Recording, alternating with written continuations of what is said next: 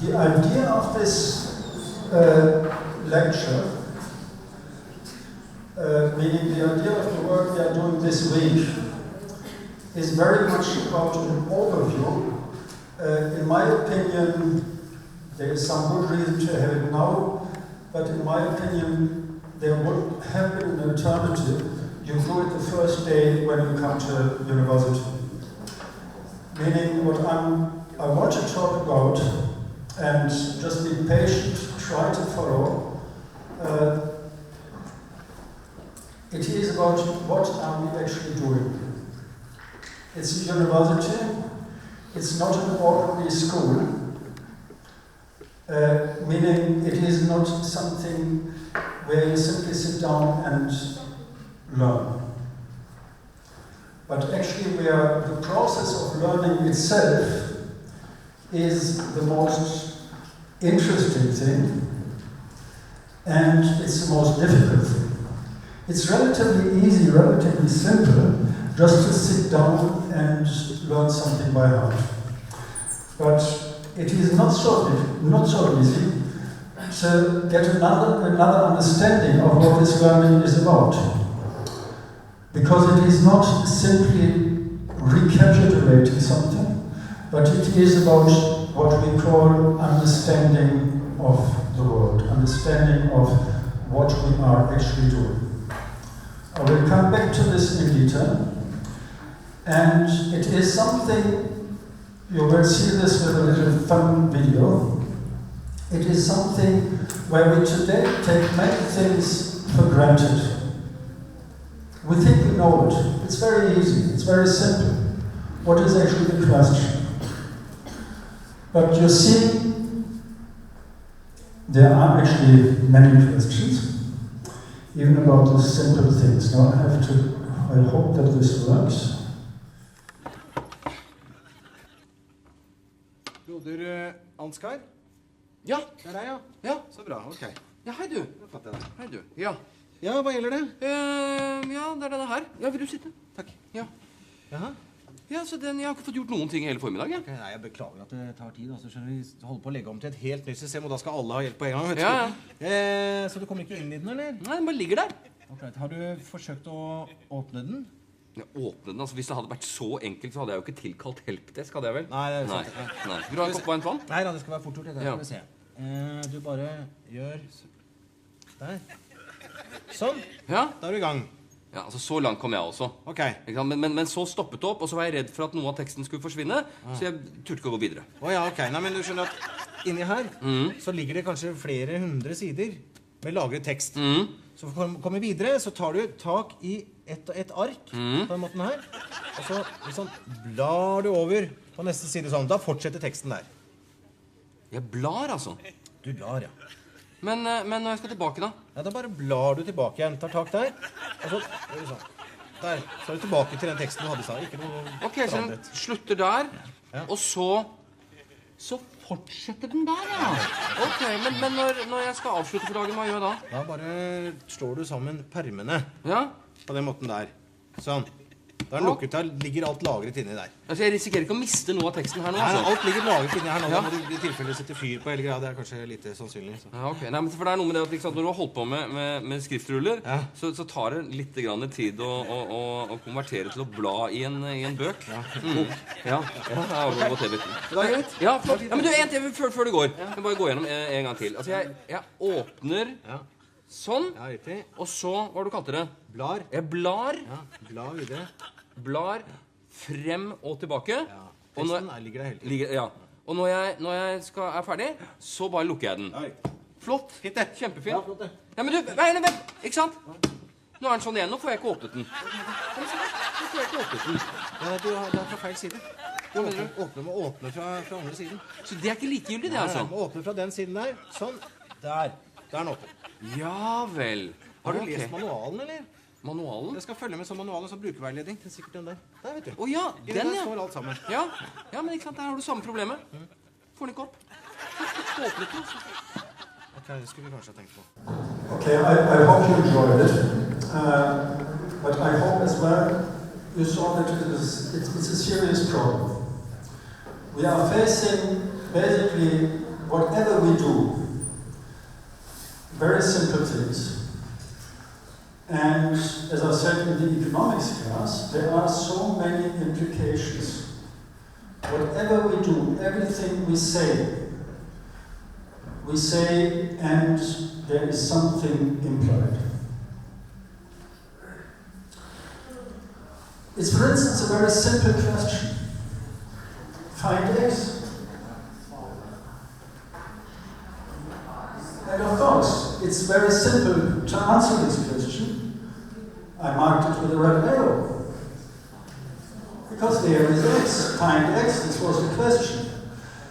But if we talk about it in a certain context, we mean, of course, something else, and we want to have a solution, a calculation on what this x is about.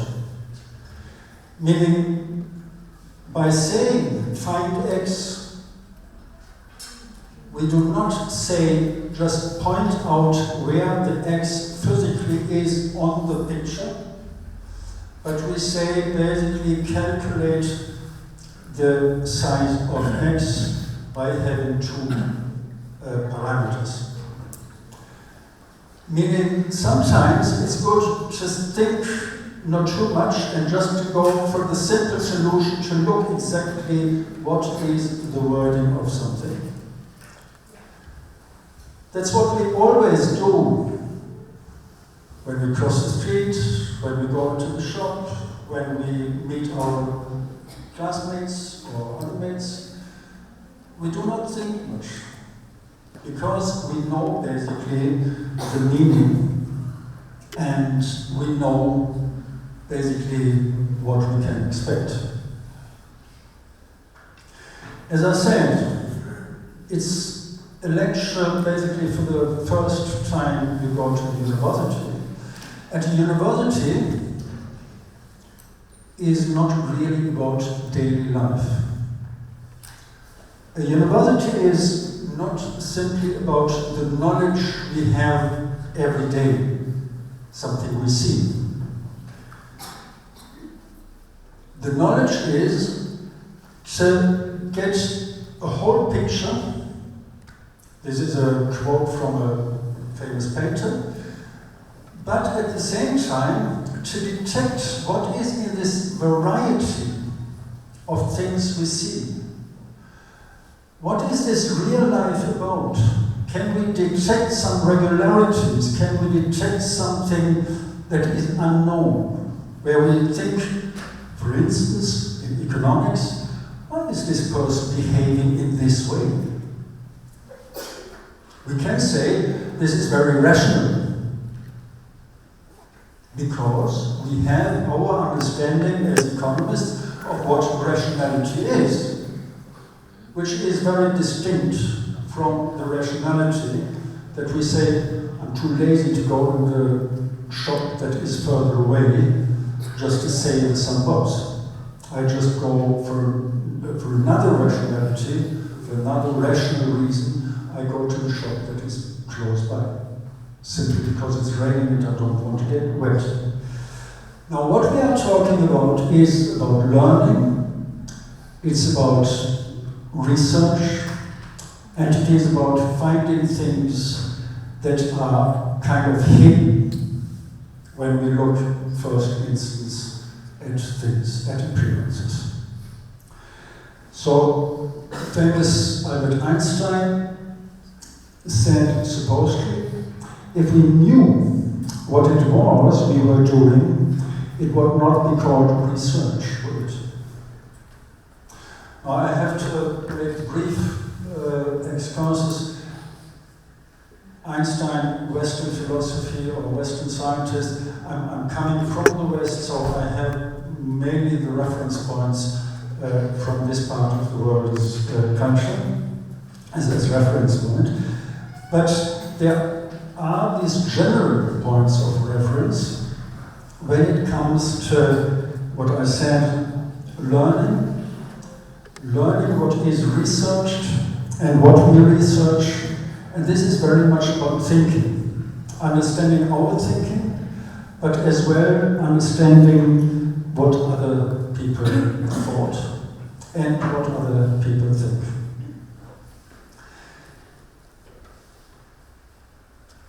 It is a tension, if you want, between very simple steps, very instrumental steps, and we will talk about these instrumental steps of learning during this unit of learning skills. But it is something where we never should forget that whatever we are doing is part of a wide historical and societal social range. There was a famous saying, or there are two famous sayings.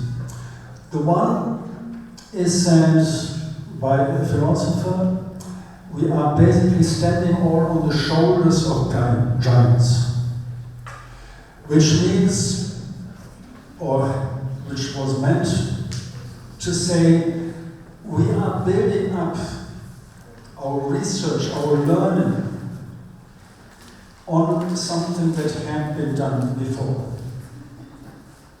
We never start from the scratch. And one very simple thing is we use words. And we use words with a specific meaning. And this means we are building up on the understanding of others. This has been phrased in a different way, and this is definitely Western. What we do today is basically a footnote to Plato. Plato, one of the ancient philosophers, Greek philosophers, and it's this tradition where there is a huge bulk of knowledge, and where we today do very much something that we can say is about extending on this knowledge. It's specialization. So far this is very general, but you can see immediately what it means for the technical side of research. And the technical side we will talk about it more or less extensively during these sessions and with them. And now I have to be very serious. Plagiarism. We are building on this, on the knowledge of others. We are building on some work that had been done. But it means that we have to reference it. We cannot simply take over this knowledge and say this is our knowledge, and we repeat it and include it. We have to reference it. And this is a statement that is valid for ancient stuff like Plato, Aristotle, Confucius, Mencius, you name them.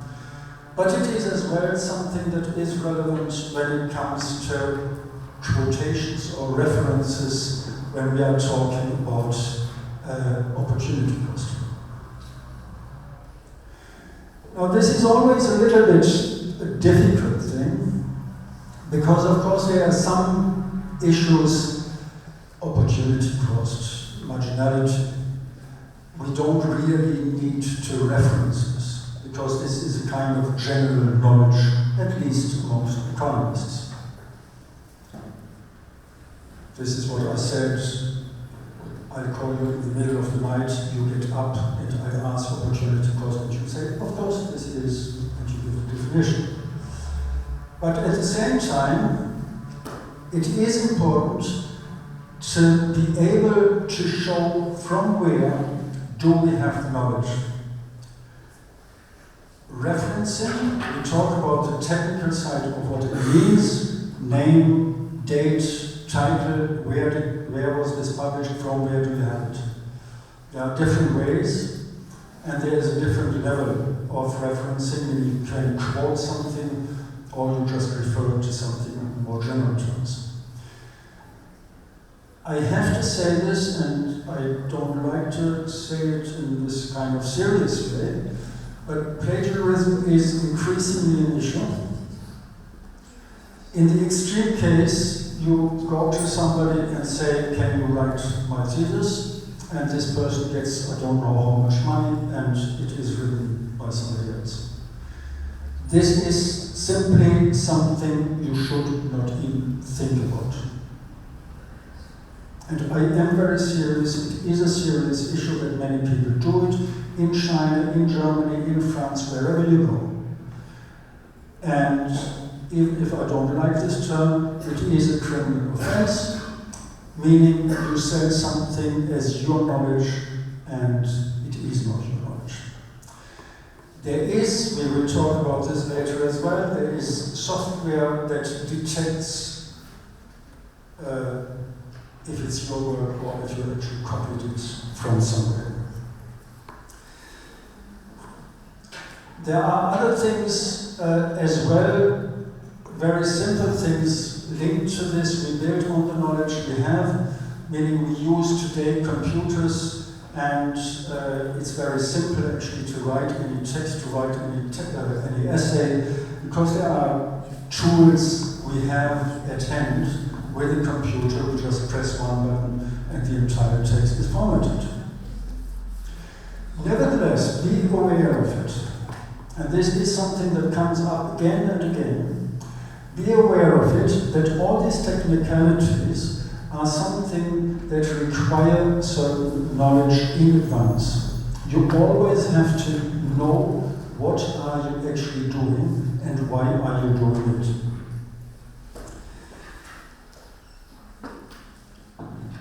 There's a little bit of toolbox thing, and all these things will be basically talked about more in detail. And I assume some of you will be probably better in this than I am when it comes to computer stuff, when it comes to beautiful programs which make quotations very easy, very simple. But we have to be aware, whatever we are doing, we are referring to some very basic things that are there in academic work, and I use this term academic work for capturing learning, for capturing research, for capturing teaching, that we always use. The one side is, for instance, words, numbers, diagrams, and maps, and we talked about it. We use them, very simple tools if you want, just to express something in a clear way. Every word is a tool. And sometimes it is very difficult actually to think about which tool do we use. Is it equality or is it equity? I don't want to discuss this now. But these are terms, they are very close. At the same time, there's a huge difference. Expenses cost from accounting, you probably know this. Similar terms, at the same time, they are very different. Now, I have some good news for you. Because you speak here, and this course is in English. And you always speak Chinese. The positive news is you will get Alzheimer 5 years later than others. Meaning there's something happening in the brain that we are actually permanently thinking in two, you are permanently thinking in two languages. And this means that your brain is permanently active with translations, with different meanings, with choices. And in a way, human beings are not much better than any other items. If you have a car and you leave it in the garage, after 5 years you want to start it, it doesn't work. If you permanently drive it, it will work. If you are moving, if you are doing exercises, people 6 o'clock at the sports ground, they train their muscles, meaning there is some movement and this strengthens the body, although it takes energy off us. So it is about using these tools, training the brain, and permanently working with them, and at the same time developing it further. You can say these are methods, and there are other methods, questionnaires, calculations, equations, you name.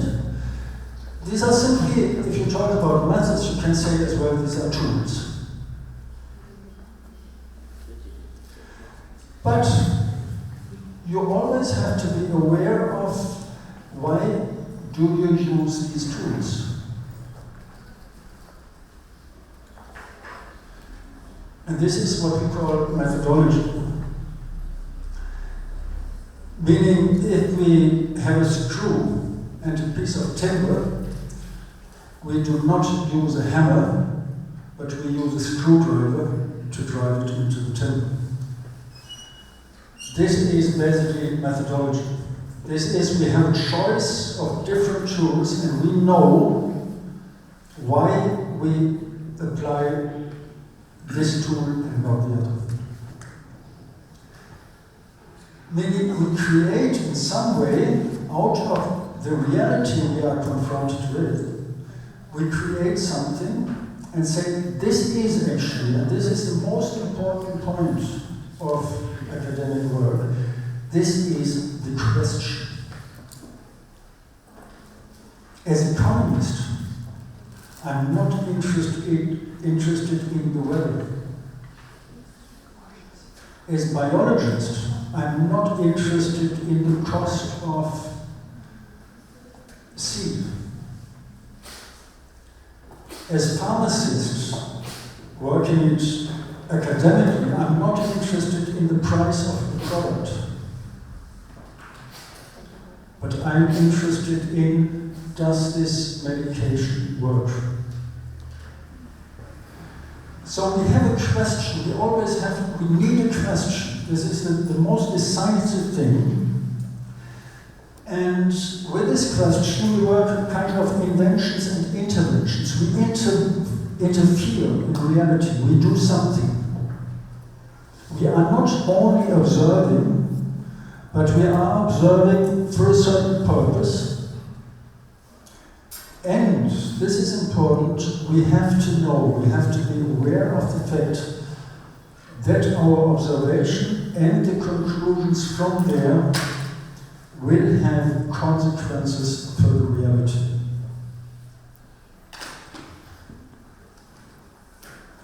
Linking it to economics, we have to be aware, we talked about different products, public goods, private goods. We have to be aware of the fact that each different good, each different organization of society has a specific consequence. Private goods, competition, exclusion of some people. Public provision, it's free for everybody, and everybody gets what he or she needs independent of income. There's another thing in the toolbox. Impressions, observations, measurements. We can calculate something, we can measure something, the length of something, the length of a period. But it is as well about how do we approach reality in an inductive way or deductive way. I don't want to go into details there, we may do it at a later stage. In terms of the other side, it means we are looking at models and ideal types. We have, as researchers, always with this question already something in mind that we say, this is a model. As economists, we are looking not only at the behavior of people on the market, but we say as well the market is a model to distribute goods. In these terms, it does not mean anything else than talking about a model. Why it is so important is unfortunately frequently faded out when we think then about the model, that we actually could have different models. We could have state distribution. We could have voluntary charity distribution. These are all different models, alternatives if you want, and we have to be aware of the existence of these different options. At the end, and you will remember it, at the end, the really exciting thing of academic work is that it allows us to go back to childhood and to work in the little sandbox. That's what we are doing. Not much more. Now we can do it in different ways. Some like just this ordering of things and having everything in a clear order. You can have colors, you have different criteria to order things. The other option is you're just messing around. That's the greatest fun. But of course, I didn't say this. You just mess around, you experiment. You try different things. Does it work? Does it work this way? Or do I have to do something else? Can I do something else? I can try. I can build a tower with the different buckets. If I have more, I can build a very high tower. And then I have 10 buckets and put the 11th on top of it, and the entire thing crashes.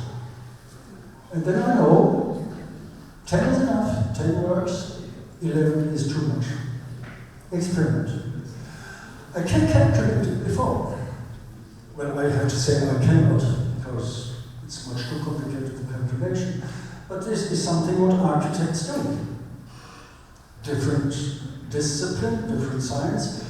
They say we can calculate, we have certain variables, parameters, and we calculate how many buckets can we pile up.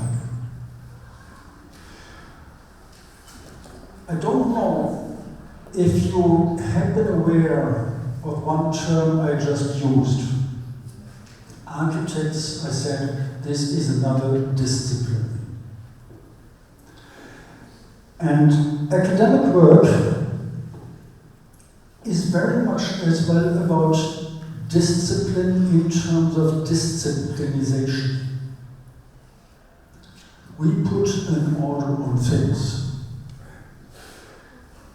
And we have to accept this order. And the only useful thing I can give you on the way is accept the order and always question it from outside. We have to learn the formulas for the calculation of opportunity cost and whatsoever, but at the same time we always have to ask, is it a meaningful measure? Is efficiency a meaningful measure? Or should we use another one? Discipline in academic work means we have different perspectives on something. As economists, we are talking about efficiency.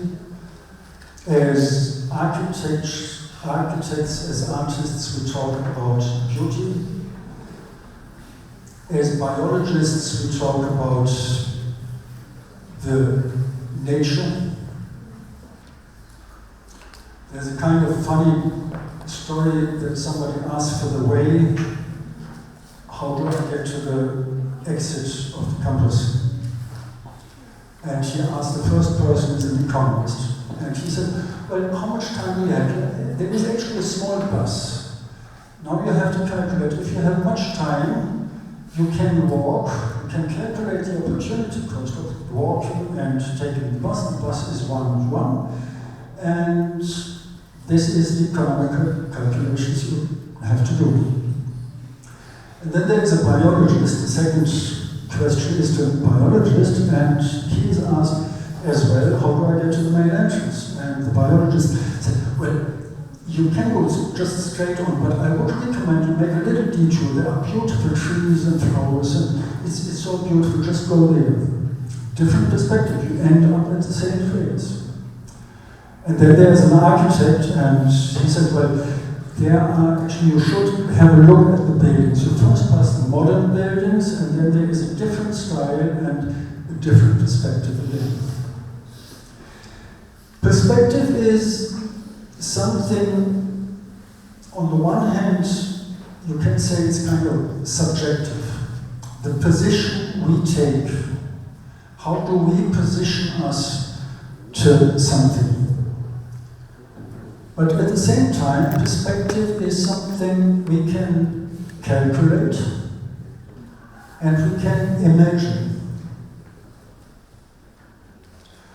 And this is what I'm, to some extent, what I want to do.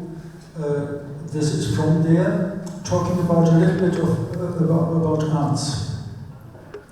And in arts, we have exactly this point that we create perspectives.